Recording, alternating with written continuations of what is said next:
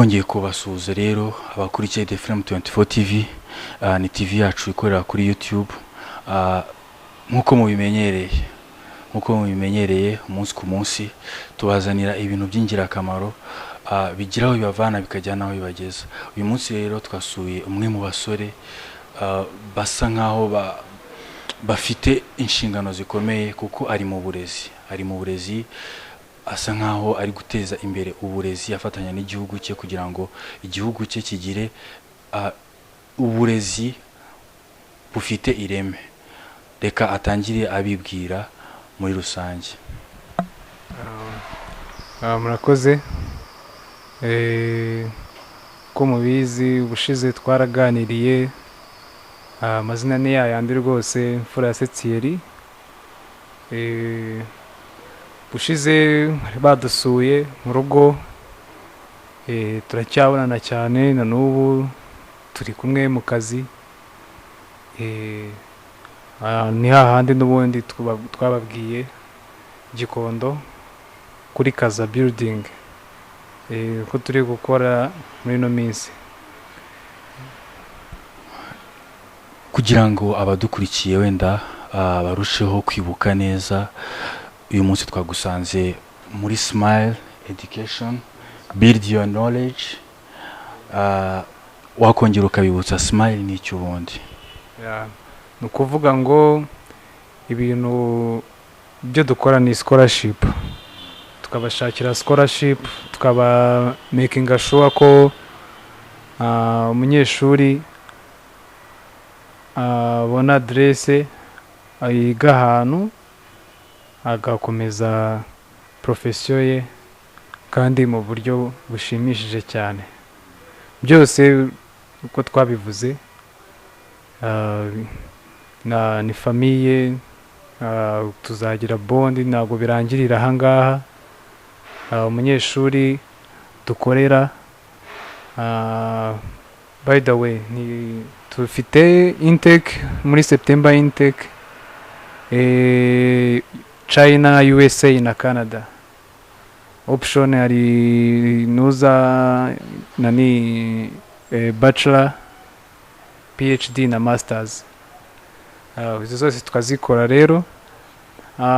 Umunyeshuri byose kubikora muri by'umwihariko niyo app yacu yago ushize ntago nayikubwiye, ariko dufite na app ubu ngubu wayisanga kuri Play Store.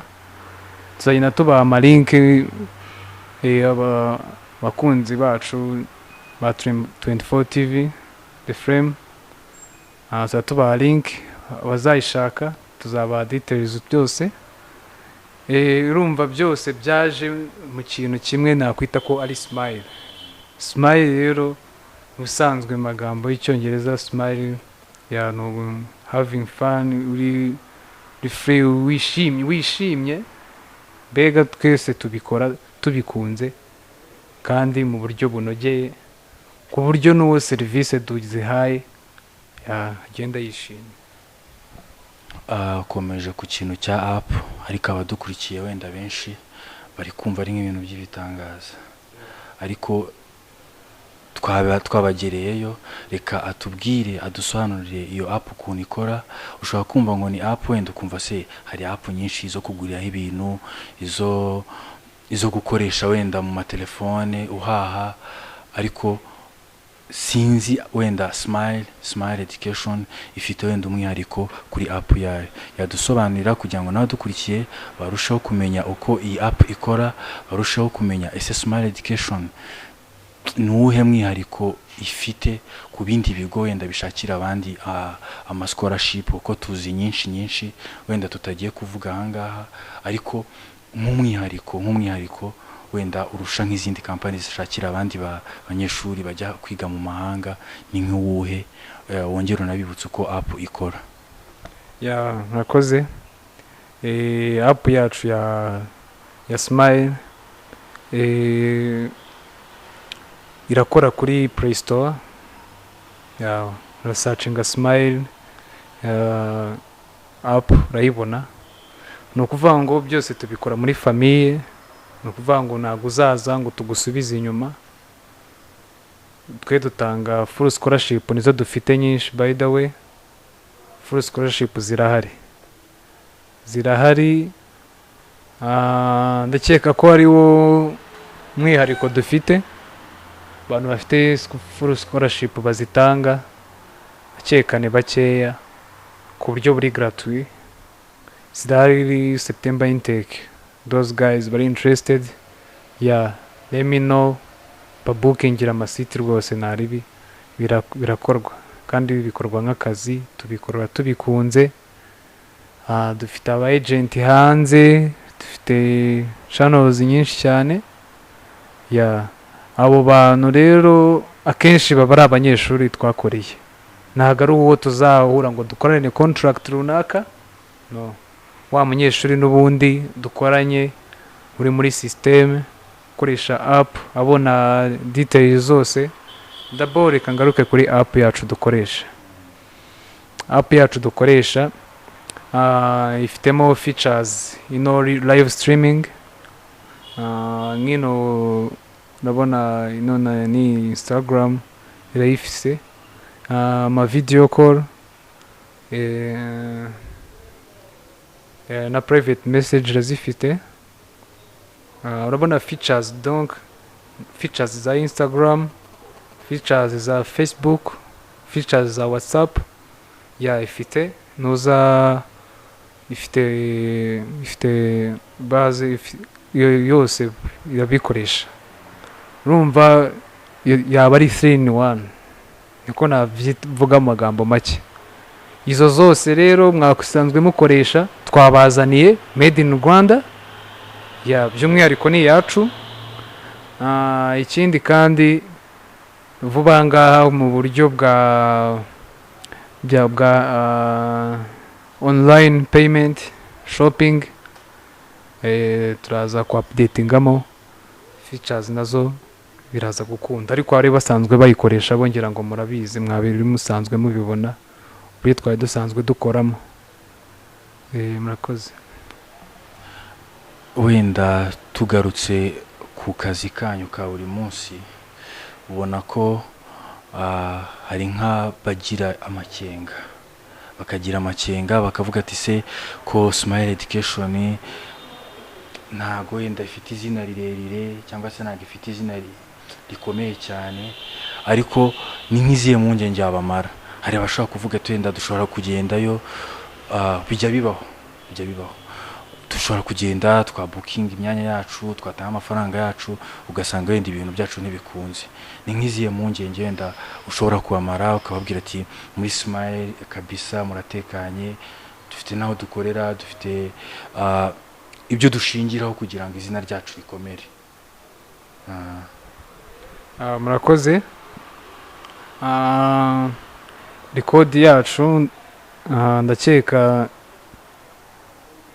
turi clear na bad record dufite hano hanze. By'umwihariko kuri Smile, abantu bareba nuza ku timeline, benshi ni abanyeshuri badushimira ibyo twabakoreye, bari kuzana ibitekerezo bishya, projet nshya. N'ubu turakora shipping, nayo irimo money transfer, nabyo nibagiye kubikubwira. So babandi bashaka business idea, ushaka kuvuga ati se natangira gute kuri no capital yanjye runaka, you are free, come tuzaduhari tubafashe. Mbi twatumatumira ibizigo nayiraza. Abafite abanyeshuri hanze ntago dukorana ngo umunyeshuri agereyo ngo birangirire aha, ushobora kumwohereza Kaminervari, ushobora kumwohereza Gishoro, byose tukaguma tugukorana, ntago babirangiriye ngo nuko yahagurutse ngo agende. Ushobora kuzagaruka ukamukora money transfer, Canada, USA, China, tukabimukorera byose. Ni byinshi tuzajya tubazanira udushya buri gihe, innovation muri business. Smile company murumva ko ibafitiye ibintu bishyashya, kandi buri rubyiruko rwose rukeneye. Buri rubyiruko rwifuza gutera imbere, ariko gutera imbere ntabwo ari ibintu byoroshye, ntabwo ari ibintu uvuga ngo uyu munsi ndicaye mfashe ahantu ho gukorera, mfashe ibintu byo gukoresha wumve ko ari ibintu byoroshye. Ahubwo smart company urumva ko yabazaniye igisubizo cyo buri rubyiruko rwumva rufite ikibazo, urumva bafite uburyo bwo gutangira, ugatangira ufite capital nkeya, ukarinda wenda ugera wenda kuri success yawe wumvaga wifuza kugeraho. Niba atari ibanga mwaduhishurira wenda mukavuga ati hari nk'abantu wenda twagiye dufasha mu buryo runaka, wenda burya abantu bakunda ingero, iyo babwiye ingero ukamubwira ingero, ukamubwira ati kabisa njyewe uyu muntu n'iki byose hari ikintu wenda namufashije.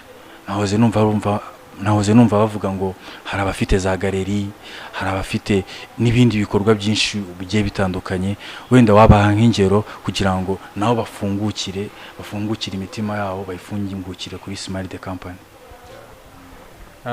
Garutse kuri ako kantu,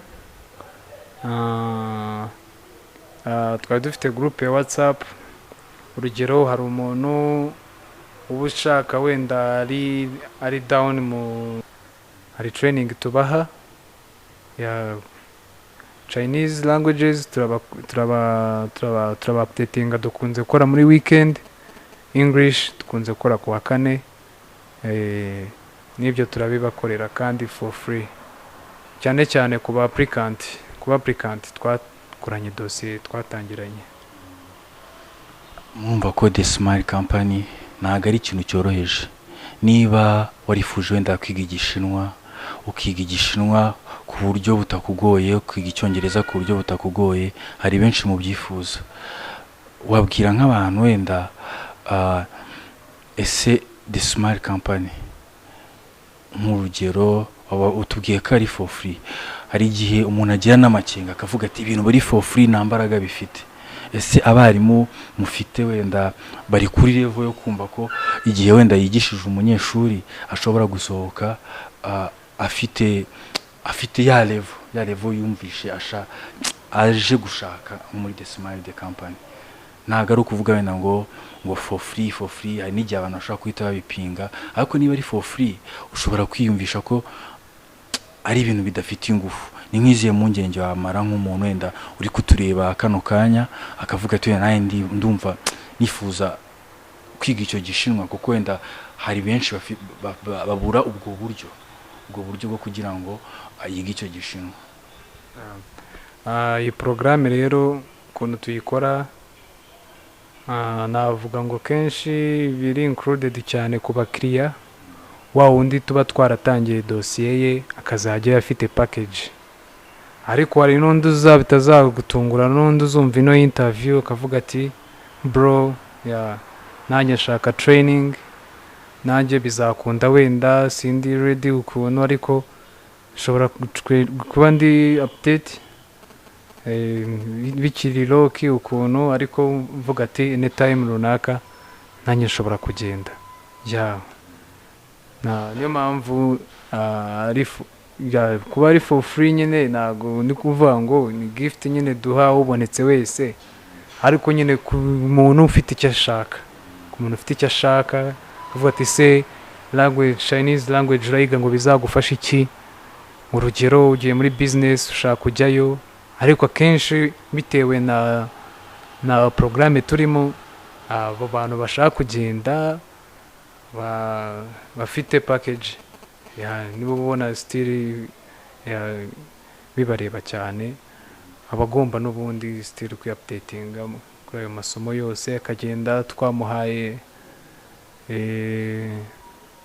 amakuru ukuntu ibintu bigenda, ku buryo usanga n'ubundi n'umuntu ajya avuga ngo araje dukorane, usanga hari icyizere.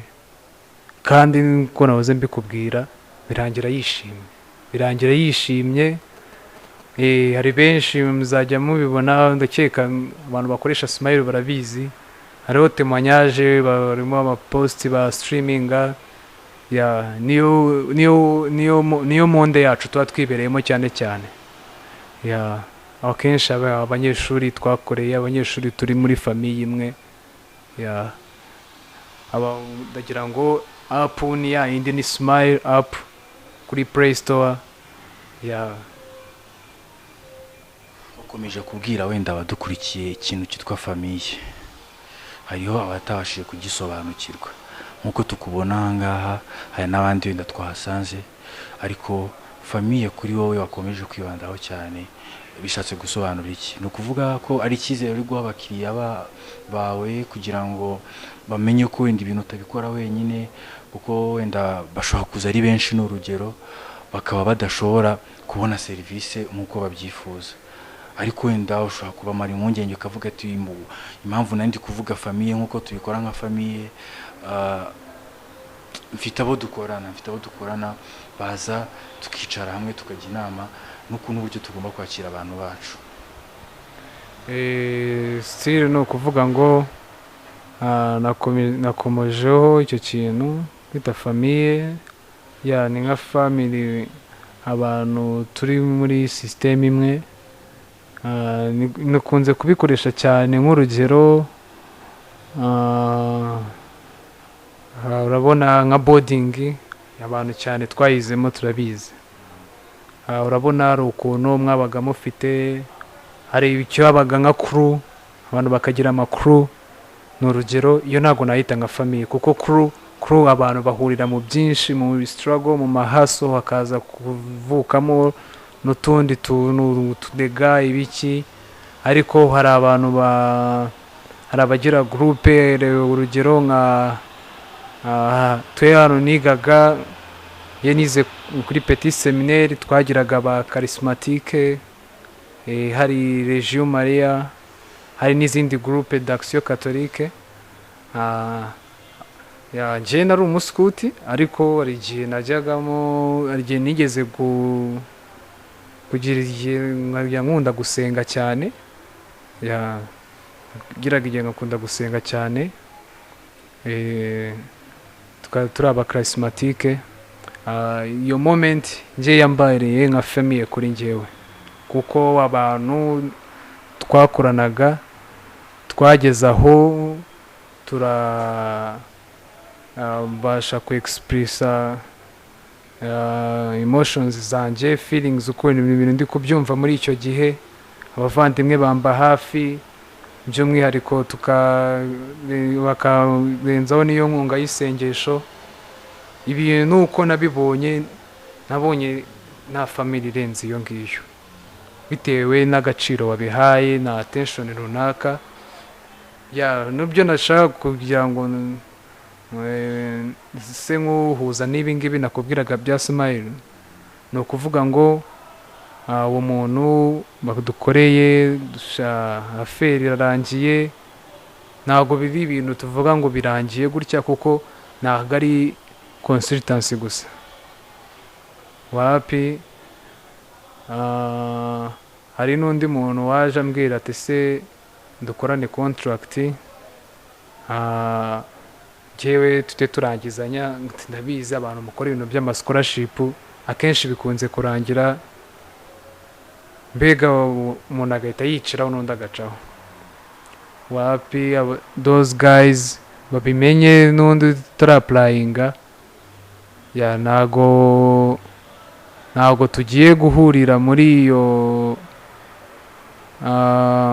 akwita ko muri ya feri gusa, tugiye guhurira no mu bundi buzima akote ya business, kuko hari n'ibindi tuzageraho. App yacu ndagira ngo ugende bidufashamo cyane.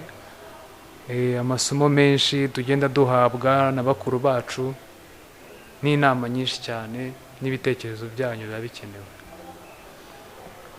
Nk'urugero wenda umaze kunyurira muri make abadukurikiye ibigendanye na Smile Education, ariko muri uyu mwanya wenda hari n'udukurikiye akavuga se simfite ubushobozi bwo kuba nagera ahantu dukorera. Akomeje kutubwira ibigendanye na app, ariko ari uvuga ati wenda na contact zirakenewe, ese izo contact uburyo muvugana nawe kugira ngo nyine nawe yumva bisanzemo, ntago mwabasha wenda nko kubatangariza de contact wenda mukoresha cyangwa se ubundi buryo ashobora kubabonamo wenda atarinze agera ahangaha, dore ko turi no mu isi y'ikoranabuhanga. Ashobora kumva ko we mu mutwe w'ikoranabuhanga wenda rikemura ibintu byose, akavuga ati wenda The Smile Company nabavugisha muri ubu buryo. Murakoze. Dufite pages nyinshi cyane kuri IG, dufite pages kuri IG arabatabyumva, Instagram page irahari, Facebook irahari, Twitter, ndakeka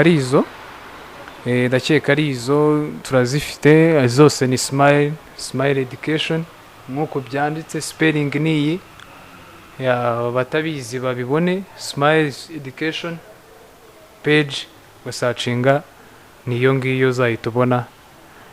Ku kijyanye na contact zo ngira ngo ubushize twarazibahaye, turongera tuzibahe, n'ama email yacu, adresse ni Gikondo ku rya 5 hano kuri Kaza. Nashaka na nimero twazibaha nta kibazo, nimero yanjye nkuri nako y'akazi n'ubundi watubona anytime, 0782634585. Mu rurimi rw'ikinyarwanda ni 0782634585. Akoze. Abari badukurikiye rero murumva ko umunsi ku munsi tugenda tubazanira ibintu byinshi bigiye bitandukanye.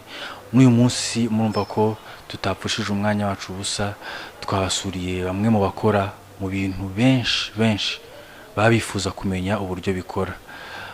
Mwumvishe ko rero atumaze amatsiko y'ibyo buri muntu wese yifuza kumenya ku bigendanye n'ukuntu umuntu ashobora kubona scholarship, n'uburyo bo bafite umwihariko udasanzwe ku bindi bigo wenda ushobora kubona bikora umurimo nk'uyu nguyu. Bo igihe scholarship babashije kwikubonera baragukurikirana, na nyuma y'ubuzima yuko bamaze kuguha ibyemezo bikwemerera kwiga, baragukurikirana kugeza igihe uzarangiriza kwiga. Hari wenda badukurikiye wenda tunasoza bashobora kwibaza ati se hari ibyo twagiye twumva haba hari partial scholarship cyangwa se full scholarship. Icyo kibazo rwose sinagenda ntacyababarije, reka mbabarize ababwire n'igisabwa kugira ngo wenda nibonye n'akanya ukaba waza hano Gikondo bakorera, wenda uze ufite n'amakuru yuzuye. Wenda kubona partial scholarship hari ibisabwa, wenda kubona full scholarship hari ibisabwa. Nituba dusoje utagenda nawe ufite ayo matsiko. Thanks.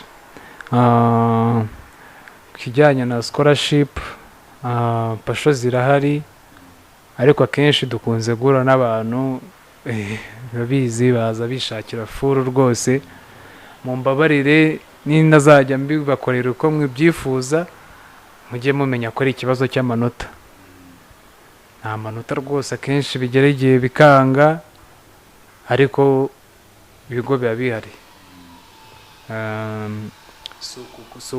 Kubagaya amanota ngo ni makeya, ko kwiga turabizi ni ibintu biruhanyije. Nta muntu utabashaka kuba uwa mbere, nta muntu utabashaka kuba uwa kabiri, ariko kuba batazibona ntabwo mvuze ngo ntabwo ari uko bataba bashoboye wenda cyangwa babikwiye, ahubwo nuko haba kirandi mahirwe. Niho ujya kumva still ukabona umuntu amuboneye pasho bitewe na range nawe n'umusaruro afite. Wenda umwana wenda ugiye kujya muri 6e cyangwa se senior 6, ushobora kuba wumva umunsi ku munsi bakubwira ngo wige kugira ngo ni ibintu by'imikino. Urumva ko kugira ngo ubone scholarship ntabwo ari ibintu uza ngo wicare ngo ugende ubwire uri gushakira musekere, oya, uzaza witwaje rezilita zawe nizo zikugira umwe mu bagomba guhabwa ayo mahirwe. Nta kindi kintu rero urasabwa gukora subscribe nanone kuri channel yacu. Dusoza kino kiganiro cyacu rero, twajyanye n'umwe mu basore ubona ko bakiri abajene bakiri batoya ariko bageze kuri byinshi, ashobora kuguha inspiration nawe ukareba uburyo watangira ibintu byawe, ukareba ukuntu nawe yatangiye wenda bigoranye, ubu ngubu akaba hari ahantu ahagaze. Mu gusoza rero, ni nk'iye nama wagira wenda umwana ukiri mu ishuri warangije cyangwa se n'undi muntu wenda ukeneye inama kugira ngo nawe abashe gutera imbere? Murakoze. Ibintu aho biva bikagera, urabizi twajyaga twiga, murabizi tukajya mu gitondo ukabyuka uzi ko ugomba kwitayarisha ujye ku cyangwe ukajya muri class, akaba uzi ko saa 4 ari break time, saa 6 ugafata lunch, then afternoon saa 10 murasoje. Ngira ngo iyo timetable benshi murayizi kandi barayikurikizaga, twarayikundaga cyane. Ariko byose pointinga kuki ndavuga ku lifestyle ya school, abantu bayiciyemo murabizi, kuva primary, secondary till to campus. Iyo mood yari nziza rwose, benshi ngira ngo tujya tunayikumbura. Wewe nubikumbura man? Kwa kundi nyine ukwepana na prefet, ukwepana n'umuyobozi umwe cyangwa uwundi bitewe n'amakosa wenda wagiye unyuramo. Cyo navugaga rero kuri education,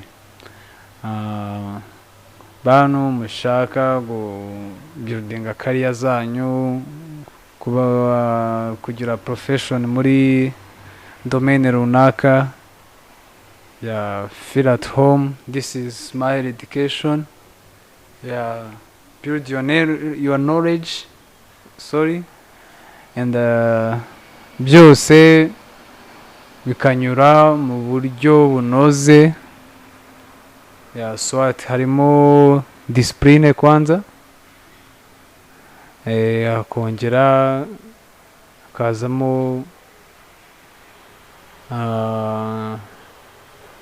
kazamo ikintu kijyanye no nabyita Christianity cyane. Nacyo cyo kintu, mbega record yawe, simvuze ngo birangirira aha kuko n'ahandi ubu noneho ugiye kubidevelopa, ntago kumva ngo uragiye birangiriye aha ngaha gusa, ahubwo aba ari urugendo bagomba kujya babona ko naho uri representa, kandi basanga n'ubundi still ibintu biteguye. Reka dusoze rero, tureke n'uyu musore akomeza akazi kiyo twamusanzemo mu buryo bwo wenda kumusezera tukamurekura. Hari icyo yababwiye gukora? Remember to subscribe the Frame 24 TV, our new family muri no minsi. Nta kindi rero kindi kintu usabwa no gukora nyine subscribe nkuko amaze kwibabwira, like na comment. Mu gusoza rero turabashimiye ubufatanye mukomeza kutugirira, kuntu ibintu byacu mu bihe umwanya mukabireba, ibyiza biracyari imbere. Ciao.